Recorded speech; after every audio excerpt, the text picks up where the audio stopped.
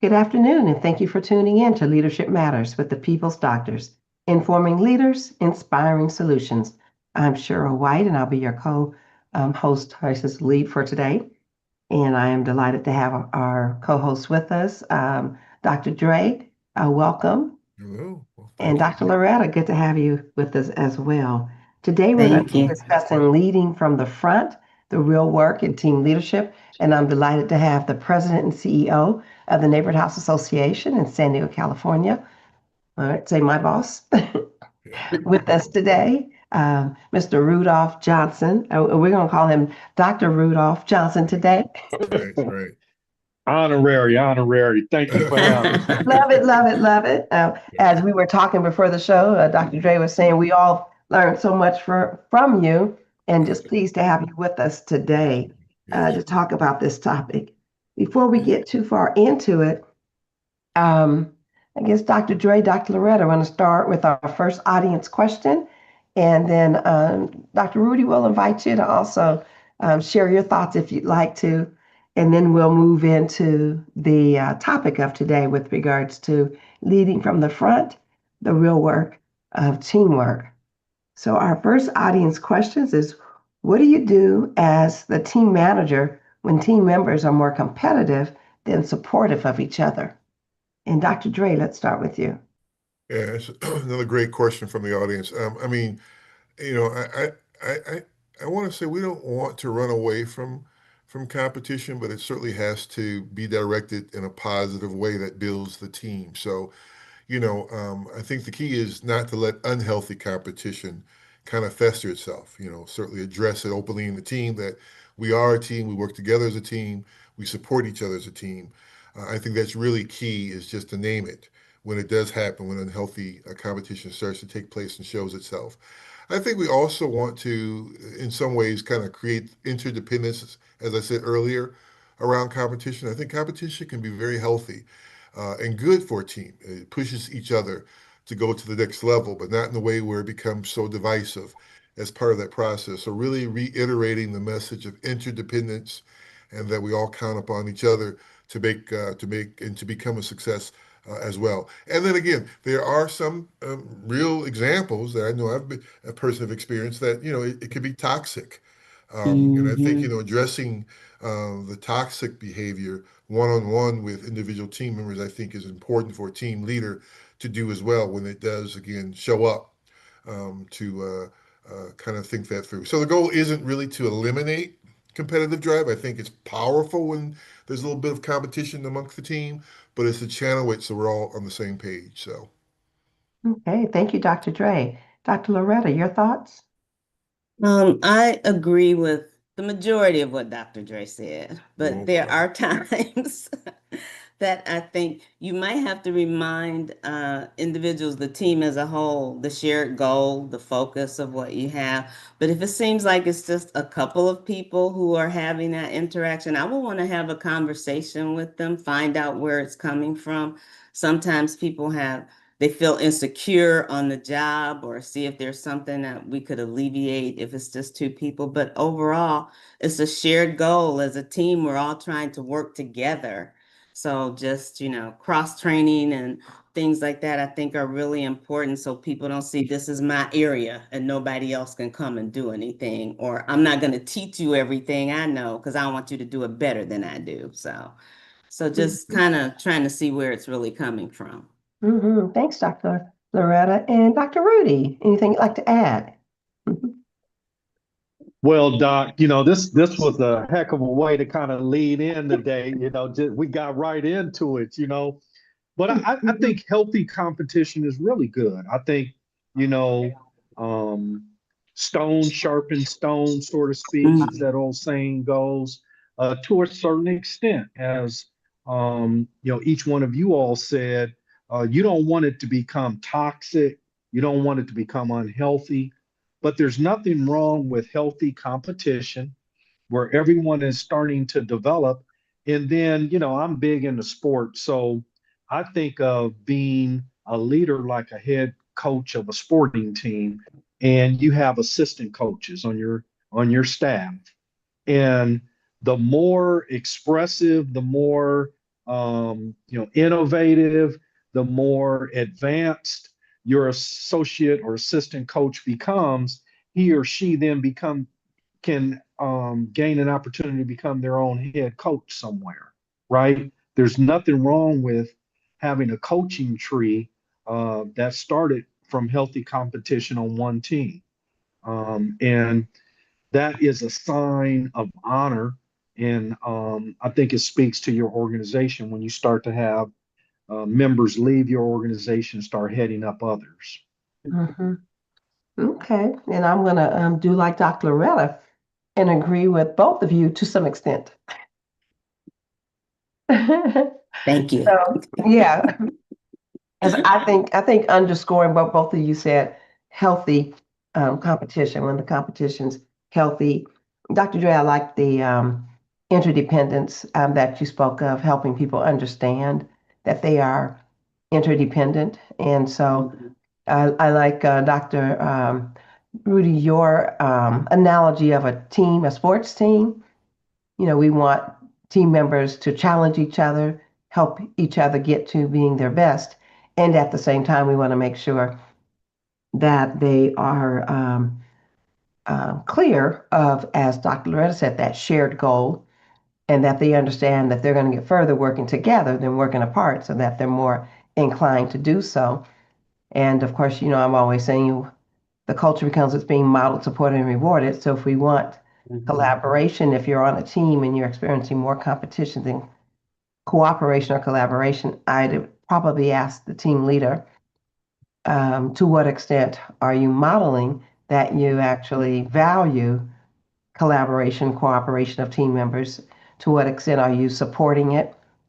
Maybe you're helping people see how they're interdependent, or giving them things that they might be able to work on together. And then to what extent are you rewarding it? So are incentives for performance more inclined to be based on individual performance, or is it more inclined to be based on team performance? Both can be healthy, right?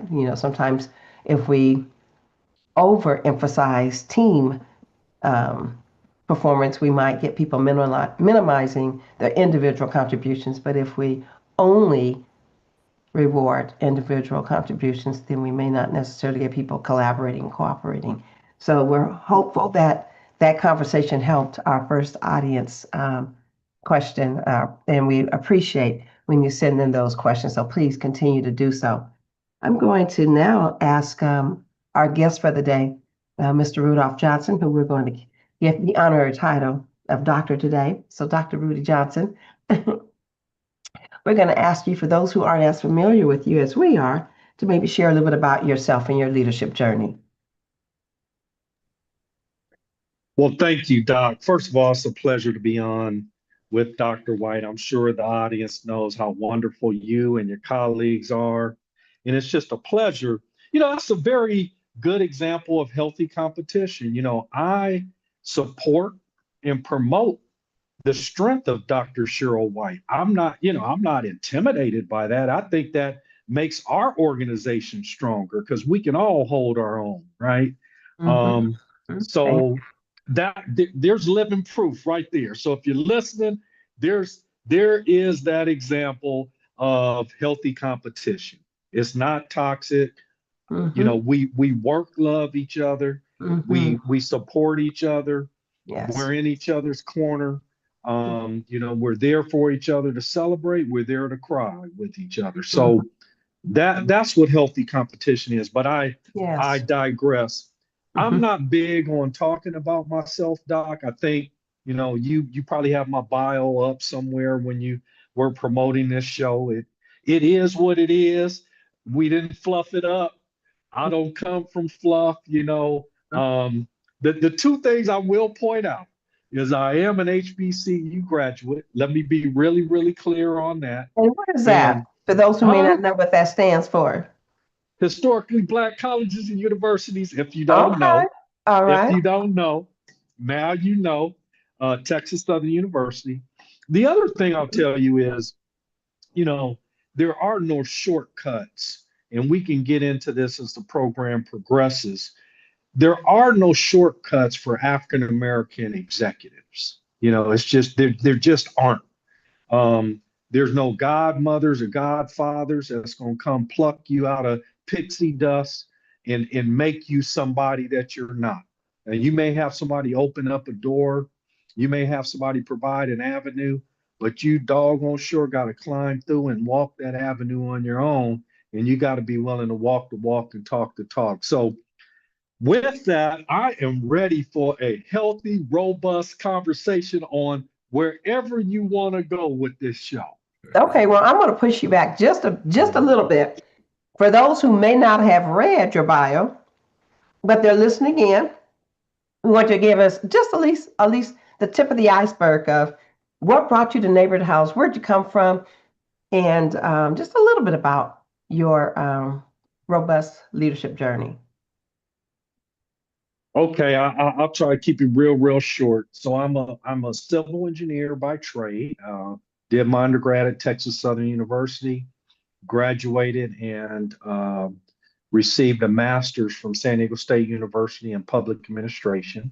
I served as council liaison to the then city manager, Jack McGrory. I was discovered in that journey. I was tapped to build the largest expansion of the San Diego Convention Center, completed that project on time, under budget. That was my coming out party. I caught the eye of a woman by the name of Carol Wallace, who was the president and CEO of the convention center. I was tapped to come over to the convention center, eventually became the general manager of the San Diego Convention Center. And 20 years later, I'm here as president and CEO of the Neighborhood House. So that's my professional journey. Awesome. Thank you. And you've been in the role at Neighborhood House for how long? 20 years. This is my 20th year. Yes. Can you believe That's it? wonderful. No, Lord, no. I know, when I look in the mirror, I don't look like do you know, Doc, for your audience, I had just turned 40 years old when Wow. I was appointed as the president and CEO of the Neighborhood House. Wow. Yeah. So, yeah, that's Great. amazing. Yeah, it is. It is amazing. And Dr. Dre, I know we've known you for a long time and we've been Yes. working together for a long time. So I'll look at Dr. Rudy's, I'll look at your picture, Dr. Dre, and mine. I say, oh, yes. Uh-oh. Yeah. Oh, Lord. Benny Right. Moons. We had a lot of summers between there and then. Exactly. Yeah, we definitely have, one might say, matured through the years. Yes, we Dre, have. I'll turn it over to, as I'm Yeah. tossing to you? Yes, I'm tossing to you, definitely. Dr. Dre. Again, thanks again for being with us this afternoon, Dr. Rudy. So, how do you personally define team leadership today, and how do you think that definition has evolved? And really, to push you on this a little bit, is there even such thing called team leadership? As you think about that term, leadership, is that a real term? I'd love to have your viewpoint on all that. You know what, Dr. Dre and Dr. Rudy, before Dr. Rudy responds, I'm seeing that we have to take commercial breaks. So Dr. Okay. Rudy gets an opportunity to reflect on that for just a bit. We're going to take a short break and then we'll be back with more on Leadership Matters with the People's Doctors, informing leaders, inspiring solutions.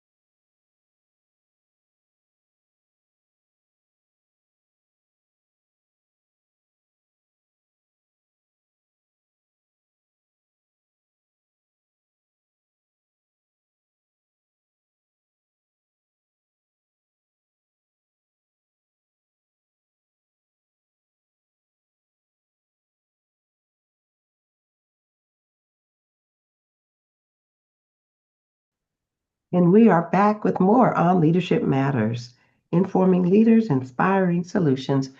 Today, we're talking about leading from the front, the real work of team leadership with Rudolph Johnson III, President and CEO of the Neighborhood House Association in San Diego, California. And I know before we went to break, Dr. Dre, you threw a question out there. Why don't you pick up on your question and hear from Mr. Johnson, Yeah, his absolutely. response. Absolutely.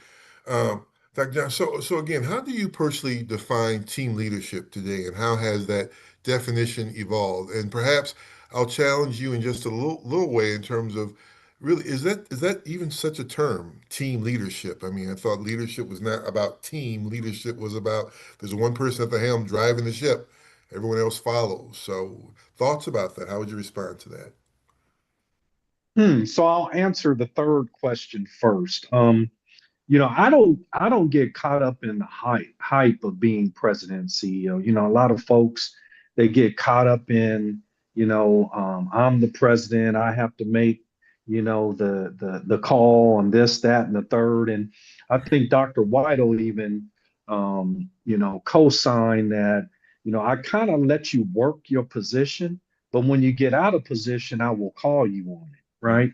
Because it starts to hurt the overall team, right? And I think so to answer that third question, Doc, don't get so caught up on titles and who you think you are.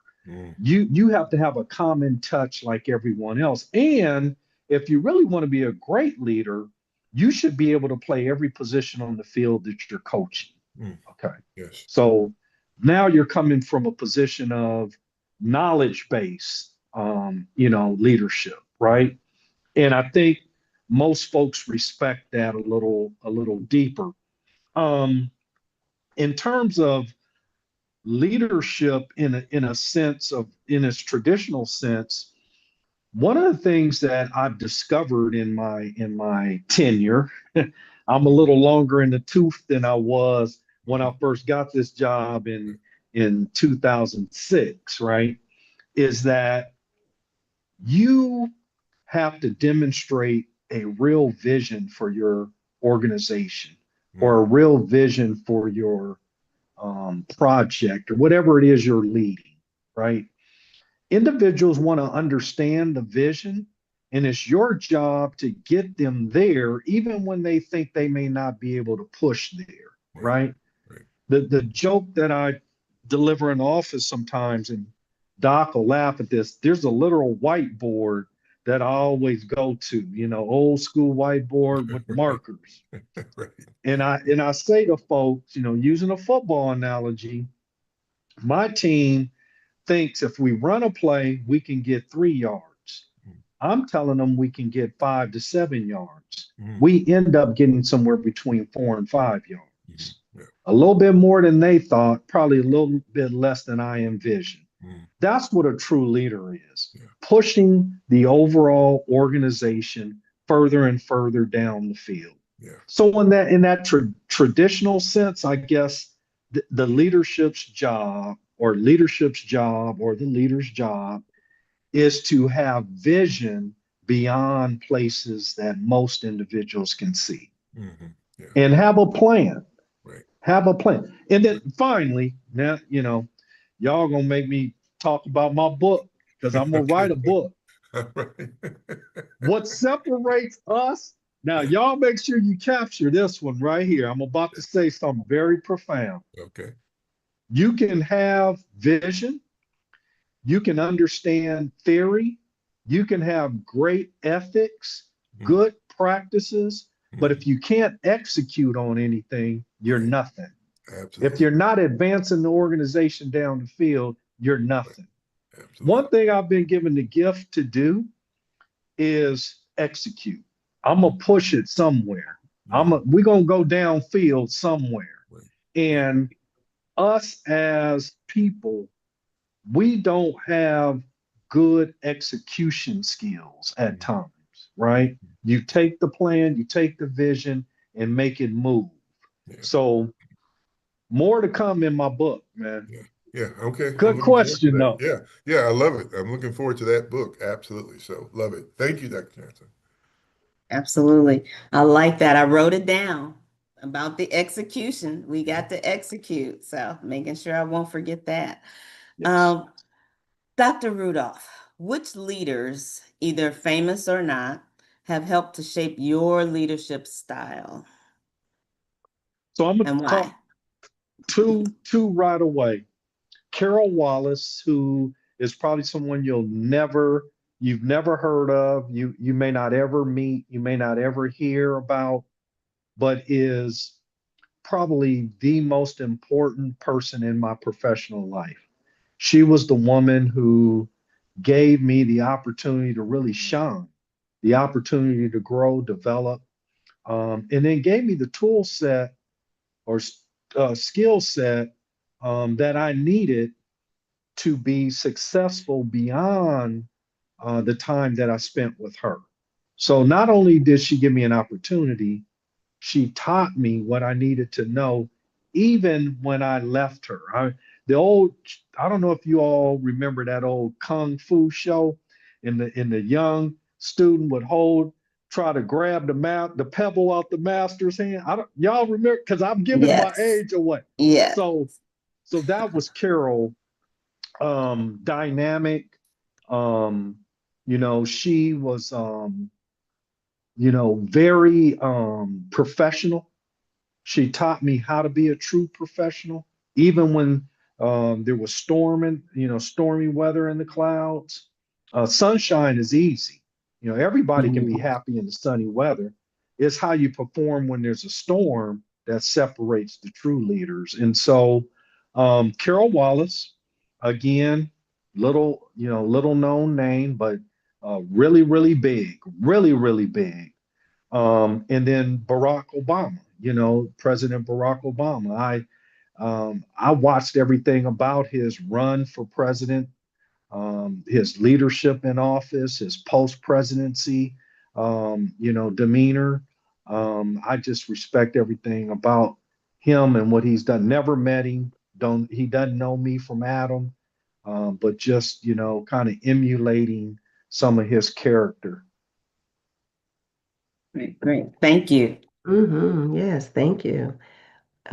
So I'm going to kind of continue asking some questions with regards to team dynamics and maybe culture a little bit. So, what is the most challenging team leadership experience you faced, and what did you do to get through it? So if I'm thinking as a whole, Doc, I would say during COVID, just Mm-hmm. I took personal the livelihood of the 850 men and women I was responsible for. And I know you remember those times. Yes. Mm. There were a lot of sleepless nights because I didn't know if I could hold it together. It would have been easy to kind of throw in the towel and say, we have to do mass layoffs, we have to do rifts. Um, we just have to deliver the bad news and move forward.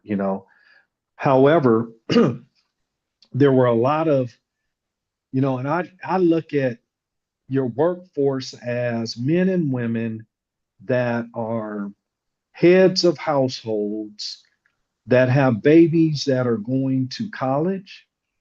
They have house notes to pay.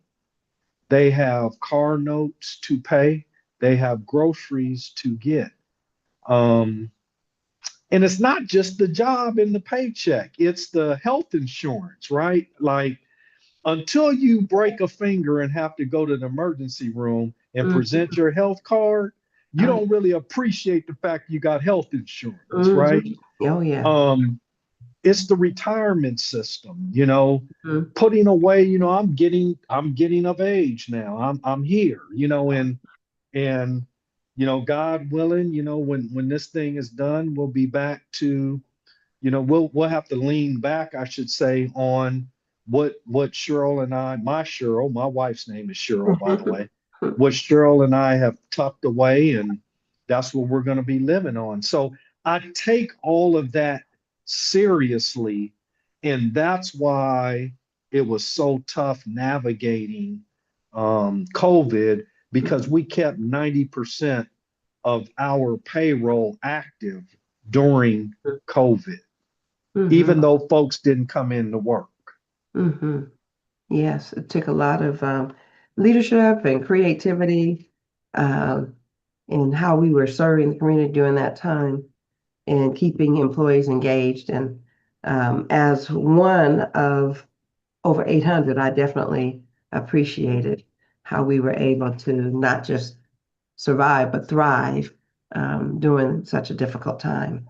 So And thank Dr. you. Rudy, with that, I mean, just to intercede too, I mean, with that team leadership focus and you being considerate, again, people had groceries to purchase, mortgages to pay, which is all good and everything, but don't you think sometimes that team leadership can get you into trouble because doesn't it stunt you from making the decisions you have to make? I mean, if you've got to really cut positions, you got to cut positions and not get so caught up in worrying about a staff of 850, how they're going to pay their rent and mortgage when you really want to try to keep the organization open and afloat. Would I be fair Yeah. to push you on that? Yeah, no, Doc, no, that's a really good point. Yeah, That's where the sleepless nights came in, yeah, right? yeah, It's kind of like where is that point where you throw in the towel and say, right, now I got to cut right, to right, to maintain, organizational effectiveness, right, right? right. Um, and again, these were part of our discussions in executive leadership. It was like, hey, y'all, our burn rate is $320,000 a day. Right. Yeah. Every day that I was short or Wow. slow on a decision, it cost us Wow. $320,000. Wow. So I understand there's Yeah. a clock in my head Yeah. that I got to make these decisions or I'm costing the agency money. Right. So yeah, it's the yin and the yang, Yeah. Doc. Yeah. Absolutely. Yeah. Well, I'm so glad that Dr. Dre was not our CEO and threw in the towel on us. I was just asking the I was about to question. say, now, Doc, come on now. Come I'm on, just Doc. saying. I'm just But saying. but So but can I just say this one thing? please, But please. see, this is the difference between studying to be a leader and Mm, actually being a leader, yes. Love it. being in Love it. practice, Right. right? Right. Because the books may tell you one Right. thing, Right. but doggone it, them Right. decisions cost $320,000 a day. Right. Okay, that's real money, coach. Absolutely. Coach, as they say, coach, that's real money. That's real money. I love it, Dr. Reed. I love it. Absolutely. Yeah, no, it's Oh, good because I always talk yeah, about that balance between the soft heart and the hard head, right? In terms of being able Mm-hmm. to balance all yeah, that. So that's yeah, powerful. So yeah, yeah. It's a absolutely. business mind combined with a social service heart. Yeah, absolutely. It's a phrase I coined when I first got here. It's like, yeah, we can love on each other and be each other's best friends, but at the end of the day, we got to make decisions that are best for the agency. Right. Absolutely. Absolutely. Definitely. So excellent. Excellent. All right. So I think we're close to a break, and we're going to Mm-hmm. we'll move away from break with leadership matters with the people's doctors. Again, having a wonderful discussion with Dr. Rudolph Johnson, just really dropping the knowledge and really appreciate what he has to say. When we return, we're going to pick up on the second audience question that's been sent in to us, and then continue our discussion as well around team leadership and its dynamics. So stay tuned for more. We'll be back in just a moment.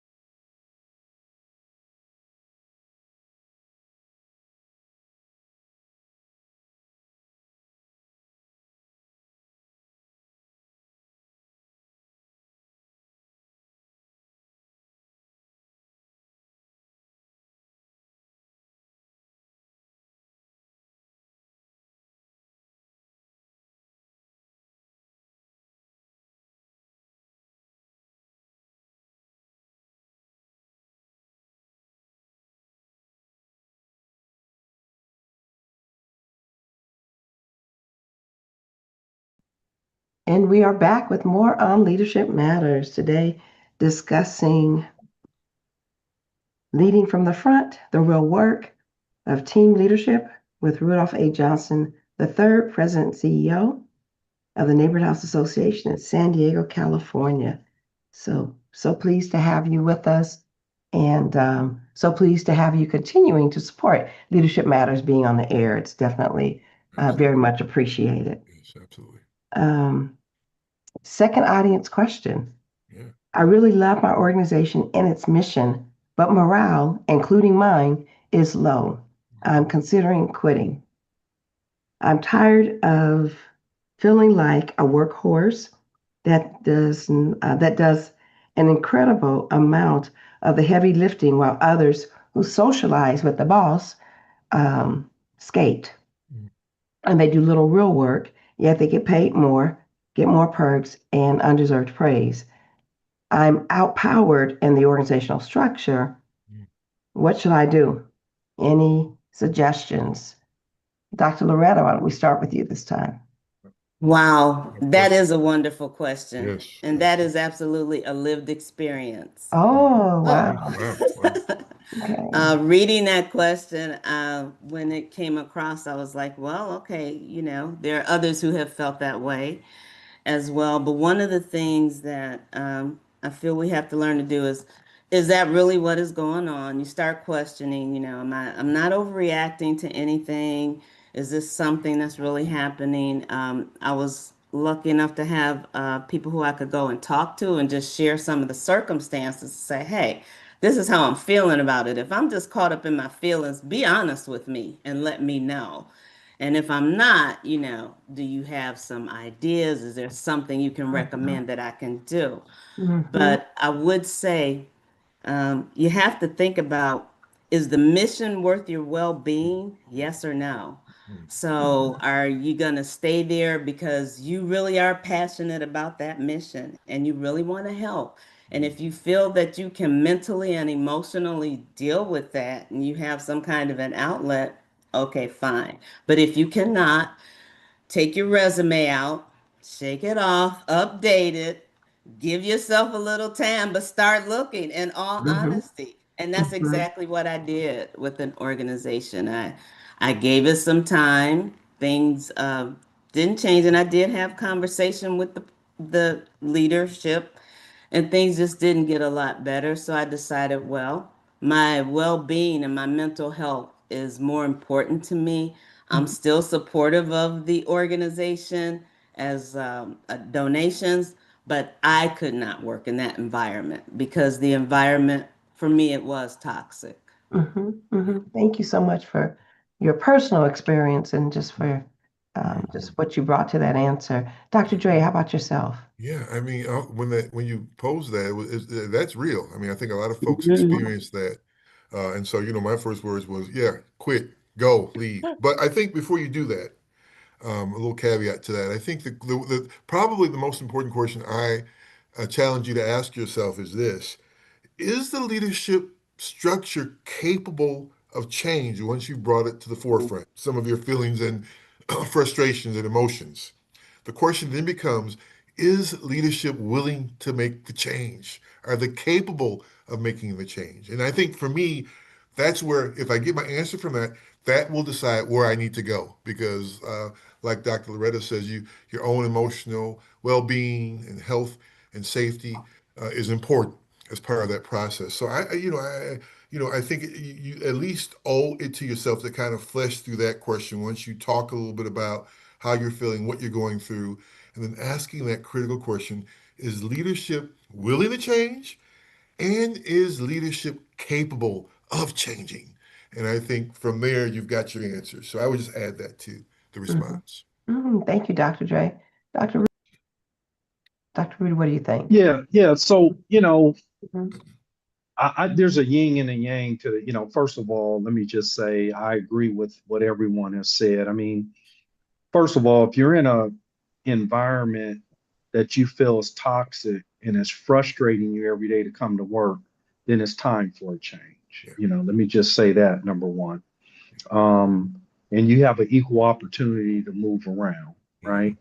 Um, Number two, I would say, you know, when you kind of, label yourself as, the only one who's a workhorse inside the organization, sometimes you have to be careful when you make those statements because you don't know what the entire organization looks like and feels like. I think perception can be someone's reality, but there are often times with what you perceive to be true may not necessarily be true either, right? Organizations that are large are hard to change overnight on a dime. So you have to, give it some grace a little bit and be brave enough to bring it to the attention of individuals that can make a difference. But finally, I'll say this. I'm a spiritual person, and I don't, believe that my higher power makes mistakes. So sometimes you're being pushed in another direction for a good reason, right? I remember city of San Diego, love the city, more power to the city.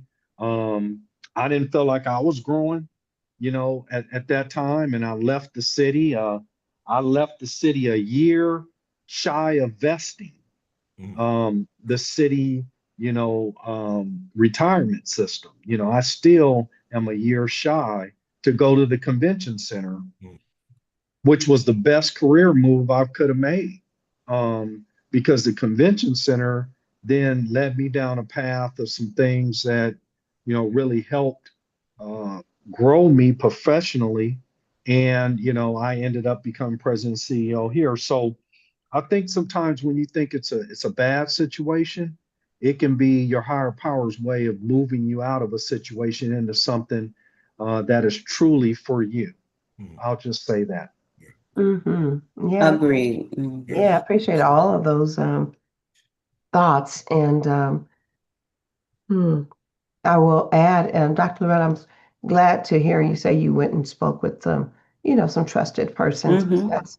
As Dr. Rudy said, sometimes our perception can be skewed by our own emotions.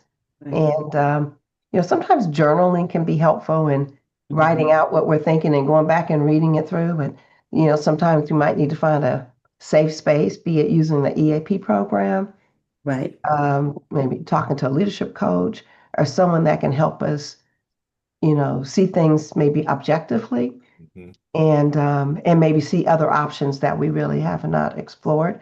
There may be other opportunities within the organizations, as the person said they loved the mission of the organization. And I also think that sometimes by getting clear on what is it that I need and want, be it because I've journaled or I've had a conversation with a confidential person, then maybe it can give me the fortitude, as Dr. Rudy said, about talking with the people who could make a positive difference, and that way being able to move forward in a constructive way. But hearts go out to you because we know it's a difficult situation, and hope that this conversation has been helpful. Absolutely. Yeah. So we will toss it back to you, Dr. Dre. Yeah, no, quick question for Dr. Johnson. I mean, this could easily be a half a day show. I mean, again, I'm not overstating, I think, the power and the knowledge that Dr. Johnson has possesses. And just, I know we've known each other for several decades now, so not telling anybody's age, but just a wonderful wisdom and just appreciate you again. But what do you think is the most underrated ingredient of a healthy team culture? I mean, if you had to pinpoint that most underrated ingredient of a healthy team culture, what would you say about that?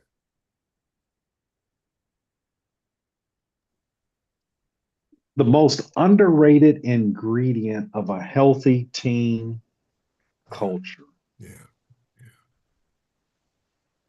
I would probably say if you can look around every corner of the organization and potentially see yourself there or someone who looks like yourself, then that's a pretty healthy environment to be in. I mean, everywhere, not just some places, right? Right. From the board to the C-suite to whatever, and really mirroring kind of where you're serving or where you're doing business. Um, I don't know that you'll ever get there 100%, but if you can see progress in that, that's a real underrated aspect of a healthy, culture and organization. Yeah. Because here's the thing, you can do well practicing all of the nuances of what is quote unquote in theory supposed to be a healthy run organization. But if I don't see me anywhere on the board or in the C-suite, Right. then I have a problem with that. Yeah. Does that make sense? That makes a lot of sense. So, Dr. Rudy, if you don't see yourself, what should you do? Run? Well, it goes back to the question that was just asked from the audience, right? It's like, Right. there's two things you can do. You can go talk to management and hope that management is going to solve that for you. Right. Or you can go get stronger in the gym, the proverbial gym, which means go back to school and get your PhD, go back to school and, learn a trade, go back to school, work hard, take a special assignment. Right. And when that exit light comes on, boom, you get out of there and then you shoot up to the moon, right. Because that may not have been your place to begin. That's not your destiny. That's good. That's You good. understand? Yeah, I I like thought I that. was going to retire at the city of San Diego. Right. That wasn't my destiny, brother. Right. Absolutely. And here I am, You go. 7 years at the convention center, 27 years later, Wow. speaking to you all on your podcast as the president and CEO of an organization I never thought in a million years I would even be working for, let alone running. Right. Wow. So sometimes it's not your destiny. Right. Yeah. That's powerful. Love it. Thank you. Mhm. Thank you. Yeah. Thank you. Absolutely. I appreciate everything that you said, but it really touched me when you said it might not be your destiny. There is a purpose behind those things. And sometimes we want to try to fix it and make sure that we can make it work, but it's not what's meant for us. And it does help with our growth. It helps us to grow from some of those experiences. So appreciate everything you said. What's one small habit, Dr. Rudy, you think leaders can adopt or that has an oversized, huge impact on team morale? Always having a common touch. That's one thing I've tried to pride myself on. I'm not the type of president CEO that wears, his or her title, on your sleeve every day that you come to work. I don't need a whole bunch of special treatment. Do I want you to know that at the end of the day, it's my responsibility to make that decision? Yeah, because at the end of the day, I'm the one that's on the hook for it. But, I'm going to try to engage as much input as I can. I'm going to go to as many employee functions as I can. I want to speak to everyone. I want to say hello. I want you to feel comfortable coming up and saying hello. So just a common touch to me is very important. Great, thank you. Yeah. Love it. Yeah. So we are going ready to take another break. Thank you so much, Mr. Johnson, for leaning into these questions. When we come back, we're going to put you on a bit of a hot seat and give you some rapid fire questions, some real short ones we'll ask you with regards to just your thoughts on some rapid fire leadership questions. So I will say, stay with us, and we'll be back with more on Leadership Matters with the People's Doctors, informing leaders, inspiring solutions.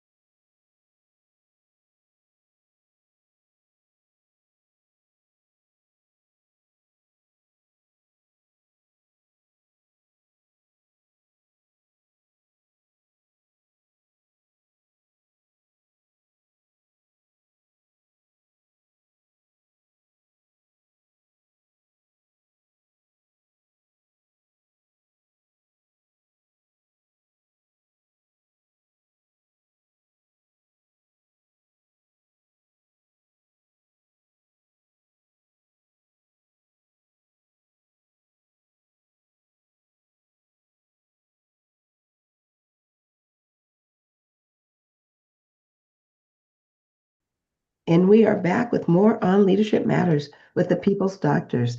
If you're just joining us, our guest for the day is Rudolph Johnson III, President and CEO of the Neighborhood House Association. You're going to have to go back to the beginning of this podcast. It's been a great conversation. We appreciate you. We're going to throw you into some rapid fire questions. If my voice gives out, Dr. Dre, Dr. Loretta, one of y'all step in. Absolutely. Definitely. But here we go. Mr. Johnson, one word or short responses on these. One word that best describes your leadership style. Daring. A leadership habit you're still trying to break. Heavy-handed. A red flag you watch for in team culture. More talk than action. A green flag that tells you a team is thriving. Results. Your leadership superpower. Common touch. The leadership kryptonite, or your leadership kryptonite. Overachieving. The fastest way to lose trust as a leader. Not delivering. Okay. And one leader, alive or historical, you'd love to have lunch with. President Obama. Hey, and I'd like to join you on that one. Right, absolutely. All of us would, yes. We'll all be there for that. All right. Yeah. Thank you, Dr. Dre. Yeah, great. Thank you, Dr. Rudy, for that. Yeah, we always like to talk a little bit about the future, the growth, especially the generation piece has really been hinging in on me in terms of something that we've got to do a better job at. But what do you think that the next generation of leaders will need that today's leaders perhaps don't have as much of, or maybe need to be a bit more transparent and visible? As you think about the next generation, what comes to mind when you think about that next generation of leaders? What will they need as they lead into the future? I think I understand the question. Depth and breadth of experience comes to mind. I think sometimes we're trying to always cook 5-minute rice, these days, right? You want to boil and cover, right? But back in grandma in them days, they was in the kitchen, they 2-3 hours, but dinner Right. was always ready. Now we heat and serve, right? And so, in all seriousness, there are no shortcuts to being great, Mm. and I learned that from Carol Wallace. So, my prayer is that next generation leaders will take the time to learn how to do it right Mm. and not try to take shortcuts every chance they can, so that their foundation is strong and they have good deliverables as they're taking these leadership roles. Yeah, yeah. And what if that Z generation pushed back on you, Dr. Rudy, and says, well, you guys are too old-fashioned. You're just stuck in your old same ways. Learn Mhm. something new. How would you Mhm. respond back to that young generation that would come to you and dare say that? I would say measure 3 times and cut once. Okay. They want to cut 9 times and measure once, Okay. All right. It's still, things that I learned, back in the day still hold true, and I'm still doing long division on the whiteboard, Okay. Right. Right. I mean, once you learn that skill, Yeah, it will serve you long into your future. absolutely. Absolutely. Great. Thank you. Great answer. Dr. Rudy, we are asking all our guests to share their response to the question. If you could give your younger self one piece of leadership advice, what would that be? Uh-oh, you're laughing, so I can't wait to hear that. If I could give my young self one piece of leadership advice, I would say to myself, son, relax. You don't know what you think you know. Mm. and it will take depth and breadth of experience to get there. And I would just let it be, that. I think sometimes we try to do things when we don't have the capacity or the ability to do them, and sometimes you can't do things or, make decisions when you don't have the right information to do so. And you got to learn how to say, I'll punt on this. This is not my call. I'm not ready for this. It's hard for us to do. I get it. We all want to feel like we can do everything. But the fact of the matter is, you just need some depth and breadth of experience on some things to get it done. All right, thank you. Awesome. So I'll ask each of you, and I'll maybe start with Dr. Dre, Dr. Loretta, then I'll ask Dr. Rudy. Just any final thoughts? What might be some final thoughts that you'd offer our listening audience today?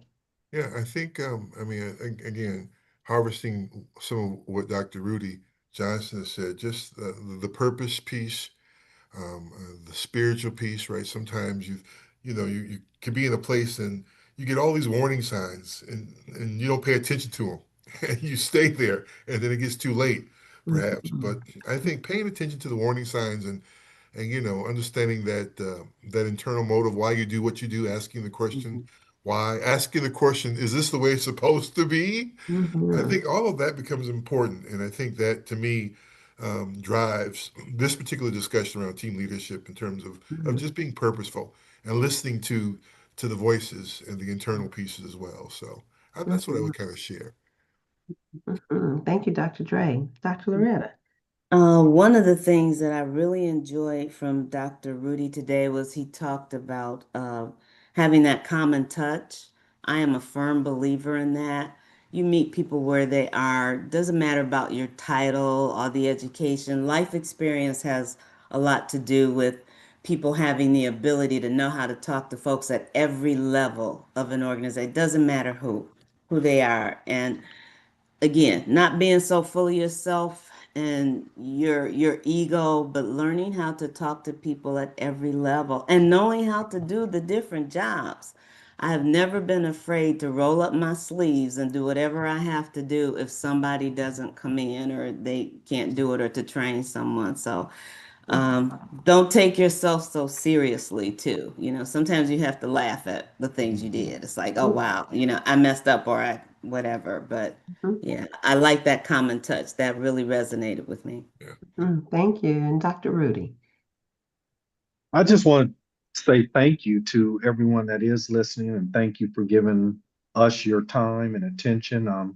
Time and attention is the one thing that you don't have an infinite supply of. It's something that you choose to spend with the folks that you choose to spend it with. So I appreciate your listeners spending it with us. Thank you. And I'll share a final thought. You talked about that 5-minute rice. I make 1-minute rice. Okay. My granddaughter had to tell you that. No, but I do appreciate, knowing what to do quickly. And then I love the measure 3 times, so you only have to cut once. Right. So I will add my thank you to you, Yes. Dr. Johnson, Rudolph Johnson III, our President CEO of Neighborhood Association. Thank you so much for spending your time with us this afternoon. Thank you. And I always appreciate our co-hosts for being there, Dr. Dre and Dr. Loretta Howard. And thank you to our listening audience. We appreciate their joining us today. And we'll ask you to just continue to send in questions and topics of interest to Leadership Matters Questions at innovisions.org. Please join us every Wednesday at 2 p.m. Pacific Standard Time on YouTube, or download our podcast on demand at your convenience. Our new episodes drop every Thursday on Apple, iHeartRadio, Amazon Music, and Spotify. So until next time, keep on keeping on for the greater. making your leadership matter.